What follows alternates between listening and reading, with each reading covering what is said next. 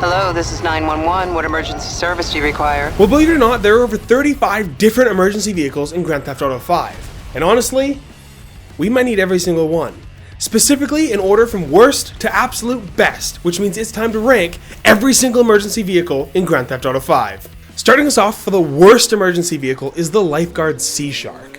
This vehicle is hard to find, but it also sits on the low end for usability. Sure, it's great for saving a drowning surfer from the waves, but let's be honest, it only seats one person and isn't utilized like the Police Predator.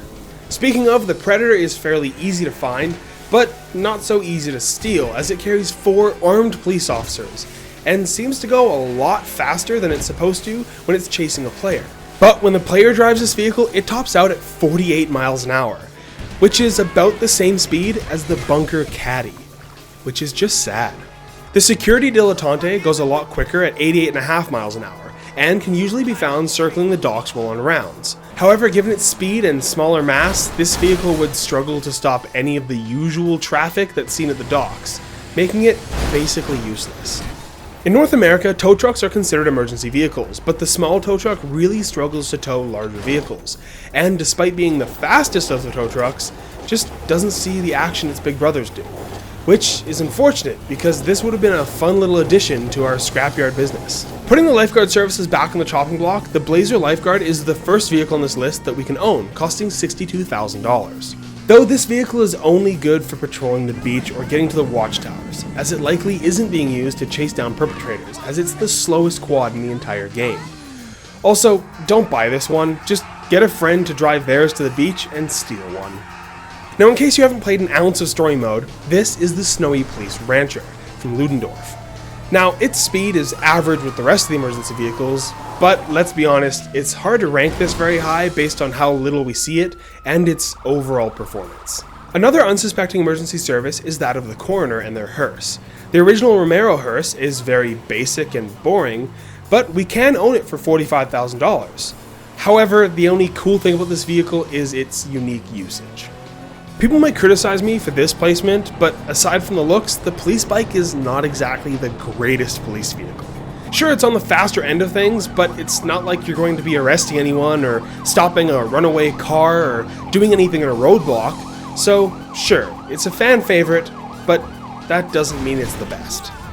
On the contrary, the police transport would do a lot in a roadblock, and can haul prisoners in the back. However, where it excels in police tasks, it struggles with acceleration. Regardless, it is still a little bit faster than your average police car, so that's pretty good. Moving back to the tow trucks, we have the large tow trucks, which can haul almost anything, making it very versatile, especially in instances where the abandoned car or broken down truck needs to be hauled away from the scene. It is, however, notable that the clean tow truck, despite costing a decent amount more, is quicker and therefore scores slightly higher than the rusty one. The FIB Buffalo is a great option for undercover government vehicles, but it isn't utilized much, and whenever it spawns, it's typically locked, meaning we can't even drive it. This car would be a lot higher in the ranking if we were just able to purchase it. Players would buy it quickly, and Rockstar would barely have to lift a finger to add it to the game. The Sheriff Cruiser is what tends to chase perpetrators in Sandy Shores and Paleto Bay, and it really is the textbook definition of your bog standard cop car.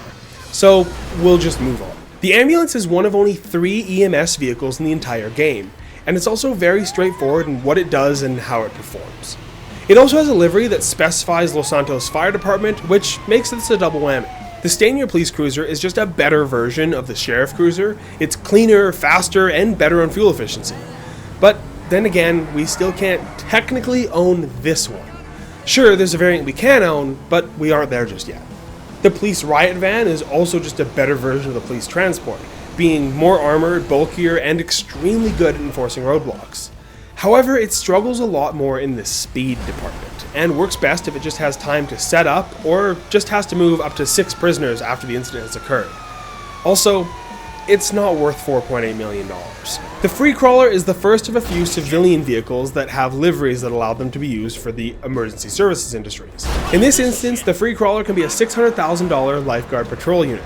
Though it has no lights or sirens, it felt necessary to mention. The Park Ranger has one major deficit to its ranking. Sure, it has a decent top speed, seats 8 people, has both lights and sirens, and only costs $3 million. But that price is only available for next-gen console users, meaning anyone else still has to find it in the Raton Canyon every single time they want to use it. The Police Road Cruiser is the second police vehicle from North Yankton, but it has a better top speed and no regular variant in the game.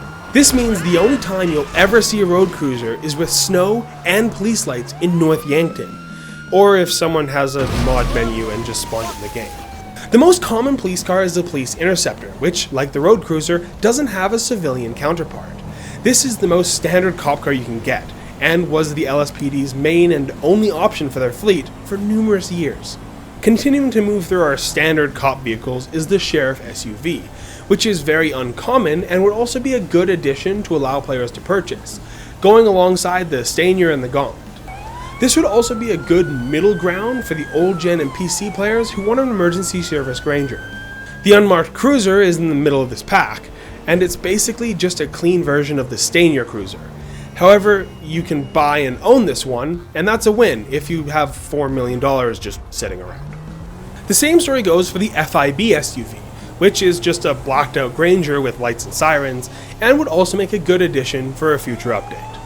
Having the fourth most seats in the game, the prison bus is also considered an emergency vehicle, and although it isn't used to block or stop police chases, it could be. It's also a great way to transport prisoners to the state penitentiary, aside from the fact it has absolutely zero bulletproofing. The RCV is largely forgotten, and rightfully so, as it was the first emergency vehicle that we could own, costing $3.2 million, which was a lot back in 2017. This truck is quite slow, but comes with a lot of unique features, having a slight ramp bumper and the ability to seat 6 people. This vehicle is also one of only 2 emergency service vehicles with a unique HUD icon, or a water cannon, also being the cheapest of both of those categories. Finally, moving into the top 10, we have the Police Maverick, which is fairly uncommon aside from missions, but has always been that one type of cop that always just ruins your day. When you're trying to lose the cops, they always seem to just spawn directly above you and reset the entire process. Alongside the Police Maverick is the Ambulance Maverick, which is the same vehicle just with an ambulance livery. This is very needed in the mountainous regions of San Andreas, as if someone were to be injured, an ambulance is not making it to Mount Chiliad to save them. Given the healthcare system, it's probably best to avoid getting hurt in general, but, well, I guess it's too late for those 2 guys. The Stanier returns with the first marked police car that is also ownable. This car was a pleasant surprise in the recent update and has decent performance, and it's really added to the natural roleplay of online. The Lurcher was a 2015 Halloween edition, but it's also a hearse, meaning it qualifies for this list. Having a longer and sharper design than a Romero hearse, this vehicle's coffin actually has the dead trying to escape, which is a fun little uniqueness that this vehicle has. Similar to the RCV, the fire truck also has a water cannon, obviously, but it costs $100,000 more at $3.3 million. But let's be honest, if you want to use a water cannon, just call 911 and wait for them to arrive. Also, aside from the ambulance livery, this is the only fire service vehicle in the entire game. The Buffalo Police Cruiser is the best non-ownable emergency vehicle on this list, but myself and many others really hope this changes in a future DLC, as this would go great with the Stanier and Gauntlet in our garages. Plus, the rarity of this vehicle already gives it a desirable appeal. In fourth is a double feature that cost me over $4 million just to record the footage. The Tula has a sleek noose livery, making it one of the only noose vehicles in the game, as well as a Coast Guard livery, which is very fitting for this semi-aquatic plane with great maneuverability. This is also the only other emergency vehicle with unique HUD icon, and is the fastest emergency vehicle in the entire game, traveling at 150 kilometers an hour. Moving into the top 3 is the new Gauntlet Interceptor, which was originally introduced to us by our friend Vincent, and this car is beautiful and sleek, and just generally mean looking. This is arguably the most favored police car that we can currently own, and therefore has been ranked the best police car in GTA 5. However, it does start at $5.4 million.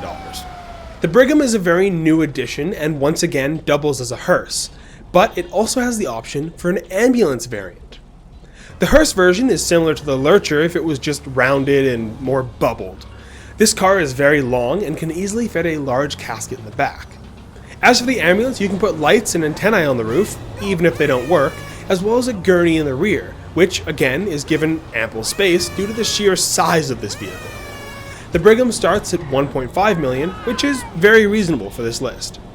And now for the arguably greatest emergency vehicle in the game, which is also up to personal debate, which is what we use the comments for. The Lifeguard was the first normal-ish emergency vehicle that we could own. It comes with lights and sirens, and despite costing $845,000, can be found for free at the beach and insured for $108,000 in the MOC or Avenger. This may be underwhelming to you, but trust me when I say this vehicle is severely underrated. However, this does pose one more question. Sure, now we know the best emergency vehicles, but what about the best emergency buildings? Well, lucky for you, I've also ranked those. Fun fact, to buy every ownable emergency vehicle would cost you over $40 million.